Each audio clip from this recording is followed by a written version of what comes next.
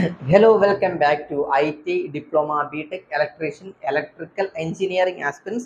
So രണ്ട് notifications ആണ് വന്നിട്ടുള്ളത്. IT-കാർക്കും ഡിപ്ലോമക്കാർക്കും ആപ്ലിക്കേഷൻ അയക്കാൻ സാധിക്കുന്ന ഒഴിവുകളുണ്ട്. ഫസ്റ്റ് വൺ IT നോട്ടിഫിക്കേഷൻ ആണ്. അതായത് ഇലക്ട്രീഷ്യൻ കം മെക്കാനിക്, അതായത് അതിനകത്തേക്കുള്ള ക്വാളിഫിക്കേഷൻ ഒന്ന് SSLC അല്ലെങ്കിൽ തത്തുല്യമായിട്ടുള്ള യോഗ്യത ഉണ്ടായിരിക്കണം. രണ്ട്, നാഷണൽ ട്രേഡ് സർട്ടിഫിക്കറ്റ് ഇലക്ട്രീഷ്യൻ ട്രേഡിൽ അല്ലെങ്കിൽ വയർമാൻ ട്രേഡിൽ ഉണ്ടായിരിക്കണം. മൂന്നാമത് wireman licence obtained from the electricity licensing board. So ഇത് IT-കാരുടെ കയ്യിൽ മാത്രമേ ഉണ്ടാവുള്ളൂ. ഓക്കെ, അപ്പോൾ ഈ മൂന്ന് കാര്യങ്ങൾ ഉണ്ട് എന്നുണ്ടെങ്കിൽ നിങ്ങൾക്ക് ഇതിനകത്തേക്ക് ആപ്ലിക്കേഷൻ അയക്കാം. കോമ്പറ്റീഷൻ അതുകൊണ്ട് തന്നെ താഴേക്ക് വരാനുള്ള എല്ലാ സാധ്യതകളും ഉണ്ട്.